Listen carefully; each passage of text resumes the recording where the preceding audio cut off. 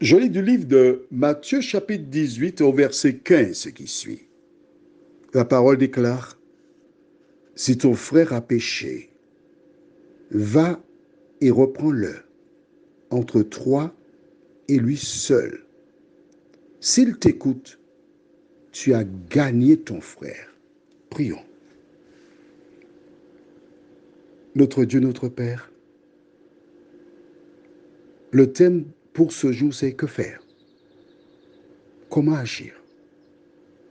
Nous, nous découvrons l'ordre que tu as donné. Si ton frère a péché, va entre toi et lui seul. Nos pratiques sont différentes parce que nous avons été formés dans le péché, pétris dans l'iniquité. Mais nous te demandons, ô Dieu, de nous aider, de nous venir en aide, afin que nous n'agissions plus comme par le passé. Nous t'en prions. Au nom de Jésus, pour ta gloire éternelle. Amen. Lorsque tu entends quelque chose concernant une personne, que fais-tu? Que fais-tu? Dis-moi. Tu le rapportes à quelqu'un d'autre. C'est ce que tu fais? Mais généralement, c'est comme ça qu'on a été habitué. Hein? C'est ce que nous faisons. Hein?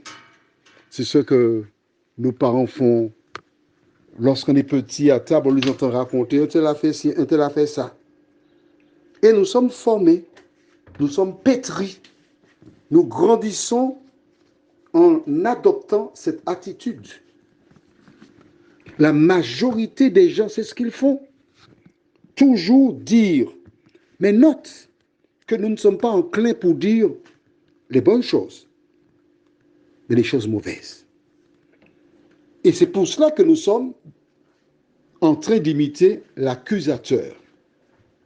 Nous allons prendre dans nos Bibles une histoire réelle qui s'est déroulée en cherchant dans Genèse chapitre 9.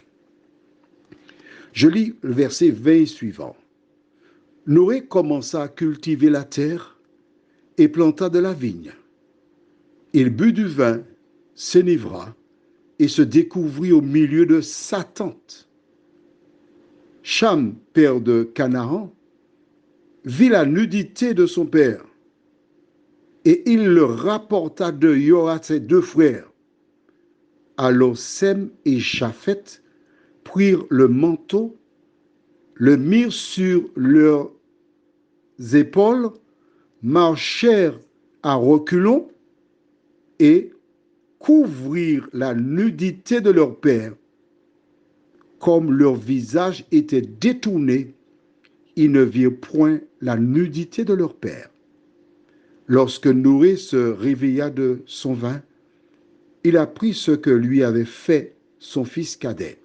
Et il dit, maudit soit Canaan, qu'il soit l'esclave des esclaves de ses frères. On s'arrête ici. Ok, on va analyser ce que nous venons de lire. Déjà, il te faut comprendre hein, que qui boit, on a déjà fait cette étude, la Bible dit donner à boire à celui qui se meurt.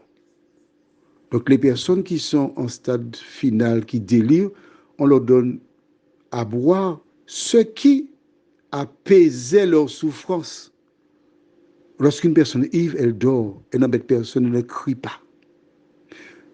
Noé, en revenant du déluge, il a été traumatisé. Il a entendu des gens qui criaient, agrippés à l'arche. Et après des heures de bataille, lâchaient prise.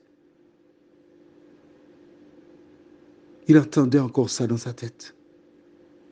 Il entendait les cris des animaux qui ne voulaient pas mourir.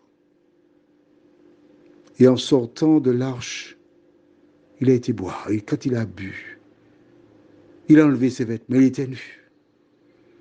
Et son fils, qui le voit, va raconter aux deux frères, hey, j'ai vu papa, papa est tout nu, papa est ivre dans sa tente. Les deux ont été à reculons, sans regarder la nudité de leur père. Mais quelqu'un rapporta à Noé. Après, voilà ce qu'a fait Cham. L'attitude de Cham n'était pas bonne. Celle de Sem et Japheth est bonne, mais la personne qui a rapporté ça à Noé n'aurait jamais dû le faire. Pourquoi? Rappelle-toi, on a déjà fait cela, le rapporteur divise les amis. S'il y a bien une personne qui est fautive, c'est Noé qui n'aurait pas dû être dans cet état. Mais tu sais, quand on est parent, on estime que, bon, ce qu'on fait est bien. Que dit Jésus? Si ton frère a péché, va entre toi et lui seul. Qui est ton frère? Celui qui est dans le même parti politique avec toi? Pas du tout. Même église? Pas du tout. Ton frère, ta sœur, c'est l'humain qui est près de toi. Parce que toi et moi, nous avons des couleurs différentes. Tu es peut-être jaune, blanc, bleu, noir, quelle que soit la couleur de ta peau. Nous sommes tous les enfants d'Adam et Ève. Tous des enfants de Dieu. Donc tu es ma sœur, tu es mon frère.